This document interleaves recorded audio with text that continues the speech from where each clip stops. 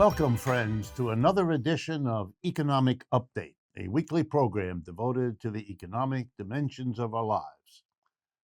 I'm your host, Richard Wolff. Today I'll be discussing the rising food prices, the eviction of Afghan refugees from Germany to make room for Ukrainians, companies from China, India, and Turkey replacing the ones in the U.S. who've pulled out of Russia, and more. And in the second half of today's show, we'll be talking with author Emily Guendelsberger about Amazon and work situations like that. So let's jump right in. First, a shout out to Grinnell College, a wonderful school in Iowa, good reputation, been around a long time.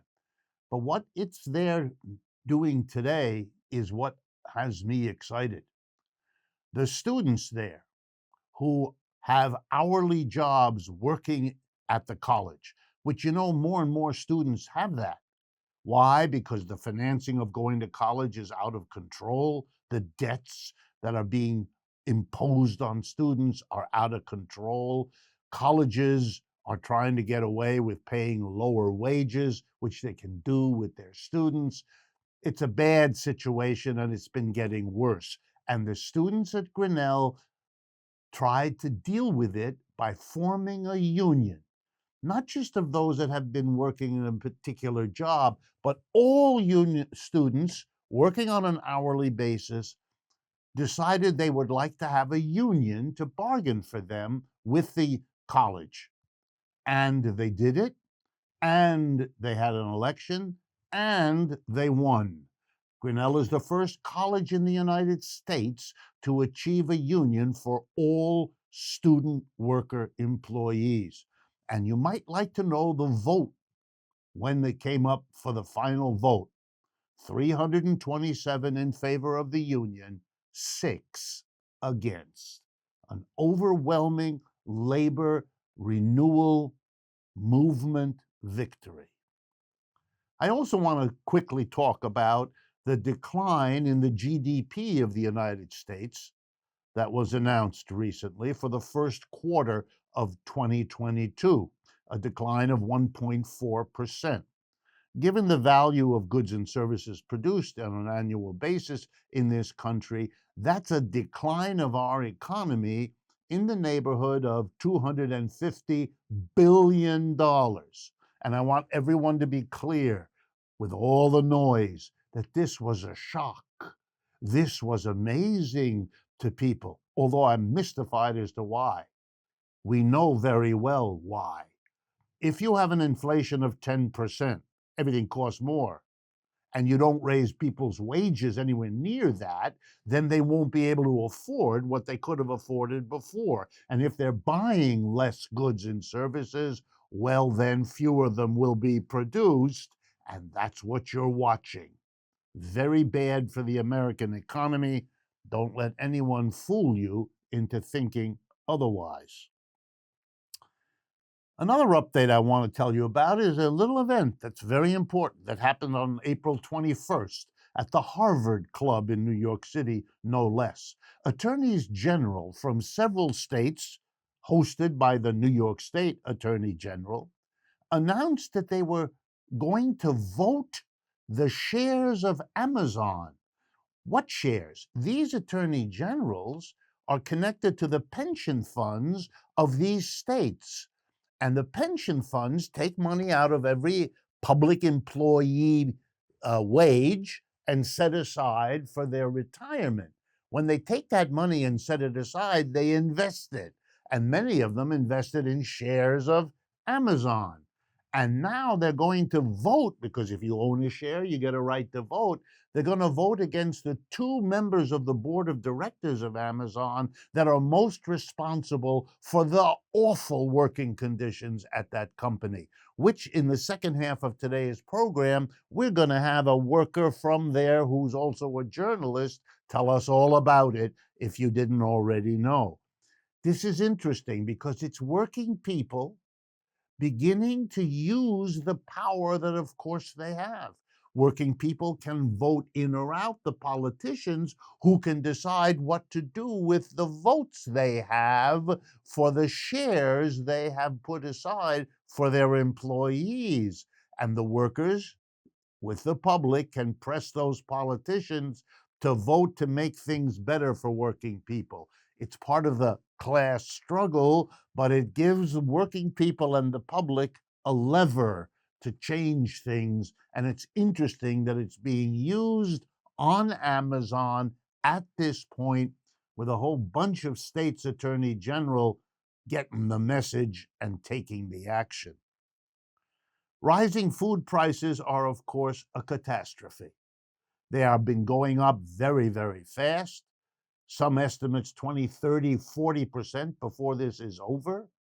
That's going to throw millions of people into hunger, no other word for it. And it's going to mean squeezed budgets for most Americans. And I want to talk about what is going on here in a way you will not hear elsewhere.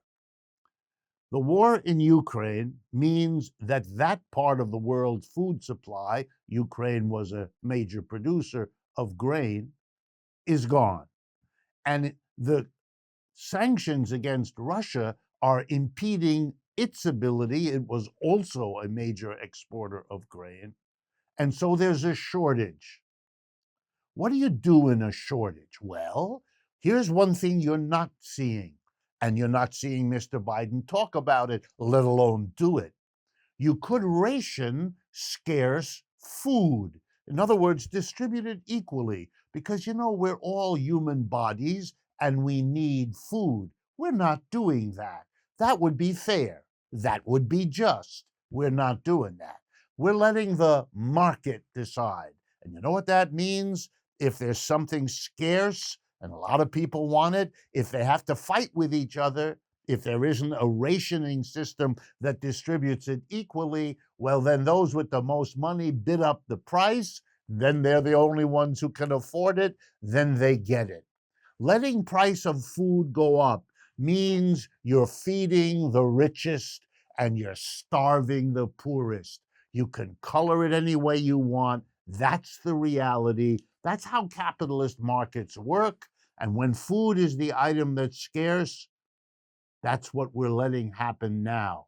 It is outrageous and ought to be the object of anger and bitterness. And my expectation is it will be as the hurt and the hunger set in. Then there was a news item that I simply could not avoid talking to you about. Germany has welcomed a certain number of refugees from Ukraine. What is it doing with them? It is putting them into apartments and communities that used to house, and were until they were evicted, refugees from Afghanistan. So let's see. The United States invaded Afghanistan 20 years ago, creating 20 years of refugees, some of which were taken in Germany. Now, with Russia invading Ukraine, we have a new group of refugees, and the Germans, who want to appear apparently to be welcoming Ukrainian refugees, are doing it by evicting Afghanistani refugees. Wow. You'd think a country with that history wouldn't be acting in quite that way. And it means that the suggestion of welcoming refugees, if you're talking about Germany, has to be taken with a pretty large grain of salt. Back to the inflation. Now, not of food, but the general inflation here in the United States. The Small Business Association, it's called the National Federation of Independent Business here in the United States, did a survey of small and medium businesses and asked them what is their plan for raising prices. Wow. Most of them said, or many of them said, 4 to 9% is what they're intending. But 40%, 2/5 of these small, medium businesses are planning to raise their prices over 10% in the weeks and months ahead. Now, that's more than the current rate of inflation, 8.5%. And what they do and what they say they're going to do, well, we'll see what the relationship is. Why am I bringing this up? Not only to tell you that the inflation is strong and growing, which it is, but I want to make another point. A few of my colleagues have been trying to suggest that the inflation has something to do with large corporations that dominate their industry, monopolistic companies, oligopolies, a few big ones controlling an industry, taking advantage of their market power by jacking up prices. I have no doubt that that's going on, but that's not the whole story. Everybody, that's the point of this survey. Everybody, small and medium businesses who don't have monopoly control of anything, are also trying to survive in a rising price tide. Therefore, it isn't about monopoly. It's about a system that can't function very well. That's why it couldn't handle the COVID crisis real well. That's why we've just come out of the second worst economic crash in Western capitalism's history. Now we have an inflation. And if we're to believe the Federal Reserve, they're going to be jacking up interest rates in the next weeks and months. This is an economy oscillating, gyrating, and the phrase out of control barely captures it. Okay, my last update. And here there's an aspect of irony that should be lost on no one. As I'm sure you know by now, the United States, Britain, and many countries in Western Europe, the coalition, if you like, that's demonizing Russia these days and attacking Russia and sanctioning Russia, has put pressure on private companies. Estimates run 400 to 600 of these companies to get out of Russia, to close their offices, close their factories, sell out whatever business they have, to leave Russia, to not do business with Russia, all of that. And much of that is happening. You're hearing about that because it makes the story nice that there's unanimity, right? Therefore, I have to tell you, based on reports from business journals that I read, that the rest of the world doesn't agree with the United States, Britain, and Western Europe. They don't see the Ukraine war the same way the West does. Indians don't, the Turks don't, most of Africa, Asia, and Latin America don't. And there's a result here besides diplomatic disagreement. Companies in India, China, Turkey, Brazil are rushing into Russia to replace the American and Western companies leaving. They now have a chance to set up business in Russia. Russia's a sizable market in the world. They're eager to go in there. They don't agree on who's the good guy and the bad guy the way we do in the West in general. And so this program is having an unintended effect, as they so often do. We've come to the end of the first part of today's show. And as we at Democracy at Work continue celebrating the 10th anniversary of creating and producing content that is critical and important for a better world, I want to invite and encourage all of you to explore the variety of other shows, podcasts, and books we produce, like Cities After, a podcast show about the future of cities hosted by Professor Miguel Robles Duran, whose aim is to spark civic imagination into action. You can find his show and others, as well as how to get involved with all of the work we do by going to our website, democracyatwork.info. And of course, we couldn't do all of this without your support and encouragement, which is greatly needed and appreciated. Please stay with us. We'll be right back with our special guest. Welcome back, friends, to the second half of today's economic update.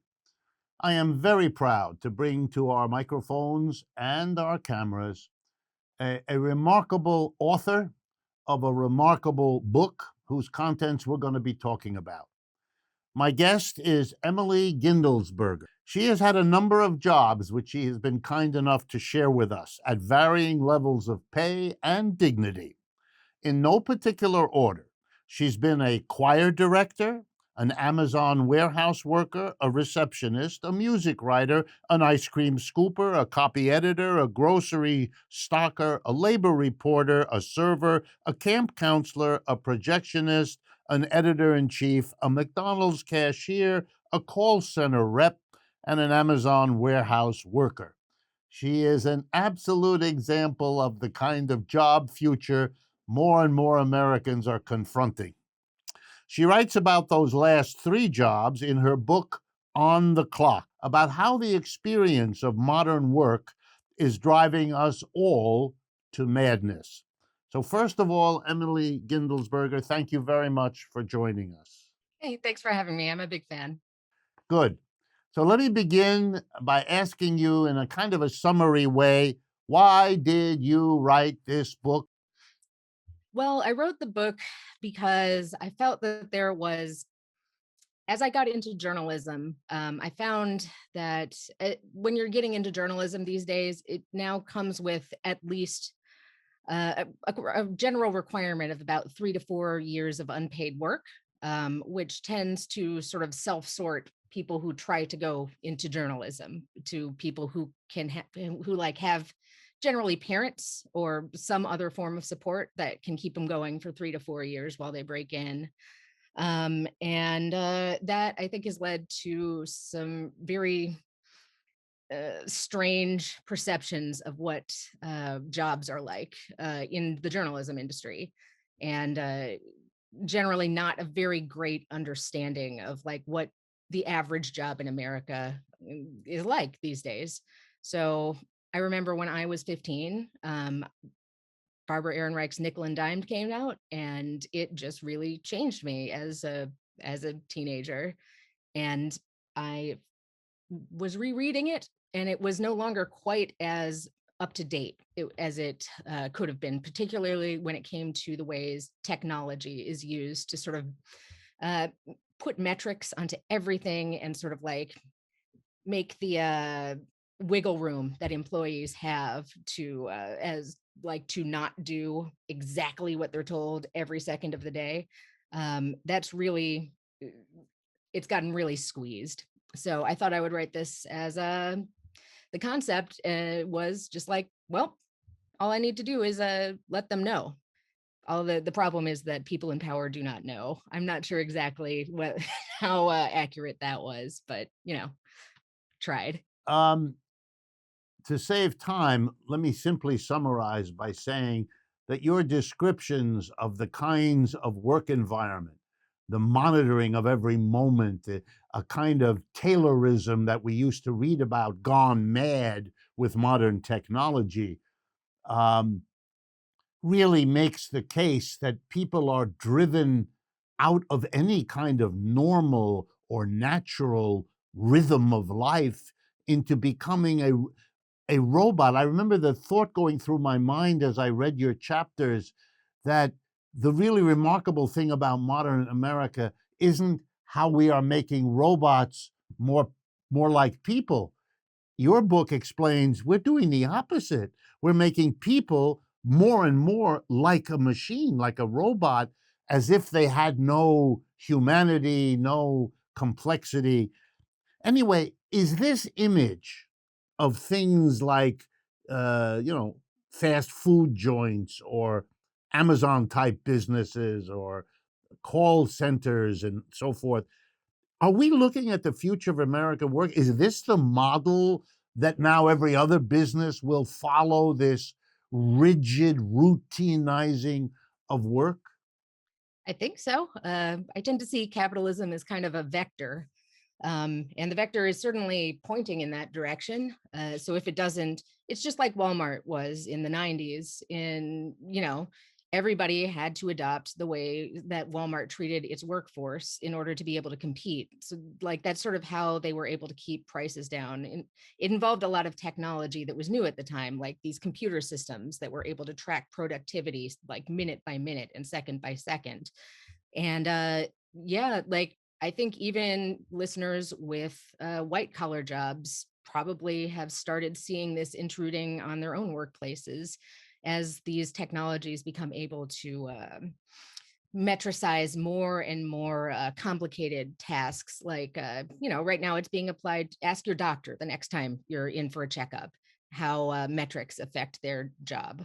Ask any lawyers, but also they are dealing with kind of the same stuff that fast food employees are, in that like everything is timed and people are always looking at you, but it's not pay like it the pay for fast food workers is obviously much worse. And so that I think gets and also fast food workers never get to speak in the media generally. So yeah, I do think that this is the way everything's going to go. We have seen upwards of 40 million people in recent months quit their jobs. It even has gotten christened the Great Resignation. Do you think there's an important role in explaining that phenomena as coming out of the way work is now organized? I mean, absolutely. I think it's the Great Resignation is a bunch of things, but I think the biggest one is that just it is just very unpleasant to do these metricized modern jobs because you get very little time to rest, and it's this constant ping of stress, which it's unpleasant to be around. However, I think in particular the pandemic really uh, alerted people to, no, my boss doesn't have my back. Actually, my boss would actually, it looks like, put my life at risk for the sake of their profits. And it's very hard to unsee that, I think. If you quit your job because of that, your book nonetheless suggests that the next job you find will either have more or less the same or will be thinking of how to install more or less the same uh, pretty soon. So that maybe the alternative to quitting is becoming the unionization drive, the strike drive, the whole renewal of militancy in the labor movement from below, often from people not directly connected to an existing union, um, and therefore, in a sense, reacting to their work situation. Do you see that connection? Yeah, definitely. Just the idea of staying and fighting at an Amazon warehouse a little while ago was just, it felt kind of silly to a lot of people, I think. Because like, why would you, like, if the job is so awful, why wouldn't you just leave and find another job? But yes, as I like make clear in the book, most warehouses are trying to get to where Amazon's at. uh, Amazon is just better at the technology that is affecting workplaces right now, but they're absolutely not the only one. And I think people are starting to recognize that more and more, like, that is a systemic problem that's going to have to be stopped, like not just at one company, but sort of as a general reaction everywhere, which is why I find the whole Great Resignation thing really, I don't know, it makes me a little more hopeful than I was. Well, so am I, but I come at it slightly differently. For me, the question now becomes, and I want to ask you, are we witnessing a capitalism that is driven by profit, as its own defenders will readily admit? Profit is the bottom line, profit is the goal. Are we witnessing then one of these moments where you need a Greek tragedy to capture of a system that has overshot itself? It has taken its own drive to such a point that it is beginning to produce a backlash which it cannot survive. I mean, I hope so. That is, I think, the only shot for the thing leaving the rest of the oil in the ground so that we don't all die, or not die, but the world becomes a lot less comfortable for everyone. and a lot of people die. So, yes, I really hope that that is the case, that people it's very hard. It seems like in the history of revolution or whatnot, people generally need to be hungry or like in some sort of terrible circumstance to really want to risk something. And America is not really hungry, but I do think that the way that these things have developed, the constant like stress metrics that sort of make they put people into a state of mind that is somewhat similar to like the hunger and the desperation that drive people to like, you know, rise up and actually do something, feel like trying to do something that's difficult will be superior to just sticking with whatever, you know, stable thing that they have, regardless of how much it sucks. So I'm hoping, right? Me too, but I do begin to see more and more signs. I opened today's program celebrating the students at Grinnell College in Iowa who just voted 327 to 6 to unionize all hourly student workers. They now have their own, it's the first college in the United States to achieve this. Wow, good for them. Yeah, and I think they are, if we had them here, I think many of them would testify that they either have worked in the kinds of places you described already, or they know friends, boyfriends, girlfriends, relatives who have, and they are in fact reacting the way you say. With that parallel, it isn't the hunger, it isn't the next sandwich they have for lunch that's missing, but it's a sense of what they're going to do with their lives that has been constricted to a point where they are almost suffocating in a mental sense. Tell me what you meant by the subtitle of your book about America being driven insane by all of this. So basically, stress, constant stress, not the sort of stress that I think most people think of when they really think of bad jobs. Like, I don't know. It's like the problem isn't really that work is dangerous so much anymore, although it is in plenty of industries for sure, but not the way it used to be in the Industrial Revolution. But it's more stressful in a way. Like you're less likely to lose a finger in the sausage grinder, I guess, but you are much more likely to be depressed or anxious or like have repetitive stress injuries, these subtler things that make your life very miserable still. And those things just are a side effect of stress. This constant, the stress of, for example, when I work at Amazon or when I was working at Amazon, I had a scanner and the scanner gun would go between, like, count down between the picks that I was scanning. It would count down the seconds, and it was this little bar that would just get smaller and smaller and smaller. And it really drove me crazy because it was always there and it was always running. And that sort of stress sort of leads you into this state of mind where it is harder to care for other people and mm, harder to empathize, I think, which makes collective action harder. But I don't know. It's a problem that I'm not sure how to solve, but I do think people are getting the idea that the only way to solve it is collective action. Well, I wish we had much more time, Emily. I really do. I appreciate enormously the work you've done, the book you've written, and I think you point us to where revolutionary change is beginning to develop. And I'll be watching it with you. And if we can, we'll bring you back. All right. Thank you again very much. Thanks for having me. And to my audience, thank you. Think about what we've just been told. It's an important part of our history. And I'm looking forward, as always, to speaking with you again next week.